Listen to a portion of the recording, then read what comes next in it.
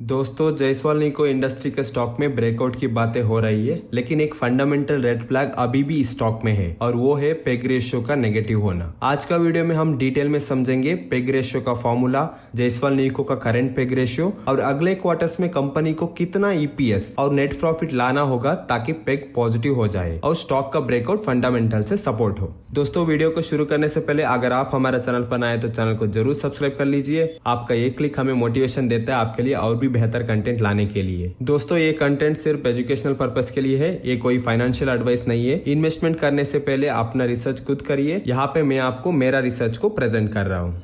दोस्तों सबसे पहले समझते हैं पेग रेशियो। पेग रेशियो का फॉर्मूला है P ratio divide by EPS growth. दोस्तों अगर आपको पेग रेशियो, पी रेशियो और ईपीएस ग्रोथ के बारे में ज्यादा समझना है तो आप मेरा चैनल पर जाके फंडामेंटल एनालिसिस प्लेलिस्ट में ये वीडियो देख सकते हैं, लिंक डिस्क्रिप्शन में दिया हूँ। दोस्तों अगर कोई कंपनी का पेग रेशियो लेस देन 1 है, इसका मतलब स्टॉक अंडर वैल्यूड और अट्रैक्टिव होता है। अगर पेग रेशियो ग्रेटर देन 1 है तो स्टॉक ओवर वैल्यूड हो सकता है। अगर कोई कंपनी का पेग रेशियो नेगेटिव है, इसका मतलब ईपीएस ग्रोथ ही नेगेटिव है। दोस्तों अगर हम जायसवाल निको का पेग रेशियो देखेंगे तो 3 ईयर बेसिस पर पेग रेशियो -0.60 और अगर हम 1 ईयर बेसिस में देखेंगे तो पेग रेशियो आएगा -0.53। दोनों ही नेगेटिव होने का मतलब है कि अभी भी कंपनी का वैल्यूएशन को अर्निंग्स का सपोर्ट नहीं मिल रहा है। दोस्तों कोई भी स्टॉक में ब्रेकआउट फंडामेंटली तभी आएगा जब पेग रेशियो पॉजिटिव और 1 से कम हो। दोस्तों आज का दिन में जायसवाल निको का पी रेशियो चल रहा है लगभग 25 के आसपास। तो फॉर्मूला का हिसाब से PEG ratio equal to P ratio divide by EPS growth, और हम लोग मान लेते हैं कि पेग रेशियो इक्वल टू 1, क्योंकि पेग रेशियो पॉजिटिव और 1 से कम होने से स्टॉक को अंडर वैल्यूड माना जाएगा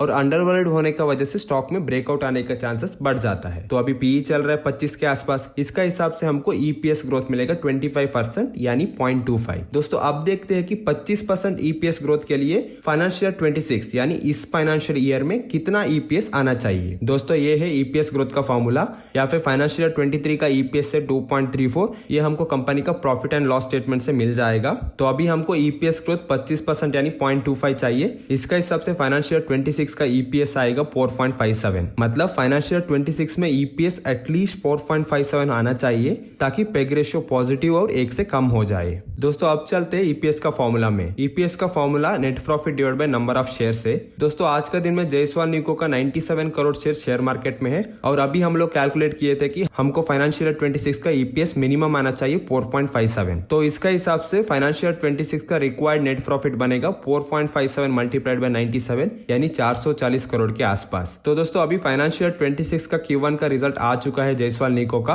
और कंपनी ने Q1 में नेट प्रॉफिट बना है 93 करोड़। इसका मतलब अगले 3 क्वार्टर्स में मिलाकर लगभग 350 करोड़ का प्रॉफिट दिखाना होगा, यानी कि एवरेज 110 करोड़ हर क्वार्टर का प्रॉफिट लाना होगा। तो दोस्तों ये है पेग रेशियो बेस्ड एनालिसिस की पावर। अगर कंपनी अगले 3 क्वार्टर्स में 110 करोड़ से ऊपर हर क्वार्टर का प्रॉफिट दिखाती है तो इस साल का ईपीएस 4.57 तक पहुंच सकता है। तब जाके पेग रेशियो पॉजिटिव होगा और स्टॉक का ब्रेकआउट फंडामेंटली स्ट्रॉन्ग बनेगा। अगर प्रॉफिट कम आता है तो पेग नेगेटिव ही रहेगा और वैल्यूएशन वीक लगेगी। इन्वेस्टर्स अपना डिसीजन इसी बेसिस पर क्लैरिटी के साथ ले सकते हैं। दोस्तों दूसरे फंडामेंटल फैक्टर्स जैसे डेट, मार्जिन्स और कैश फ्लो पर हम अपकमिंग वीडियोस में बात करेंगे। दोस्तों आपको क्या लगता है जायसवाल निको अगले 3 क्वार्टर्स में 110 करोड़ पर क्वार्टर का टारगेट अचीव कर पाएगा? कमेंट में अपनी ओपिनियन जरूर लिखिए, और आपको कोई भी और स्टॉक का फंडामेंटल एनालिसिस चाहिए तो कमेंट में जरूर बताइए। वीडियो पसंद आए तो लाइक करिए, शेयर करिए और हमारा चैनल को जरूर सब्सक्राइब कीजिए। मिलते हैं अगले वीडियोस में।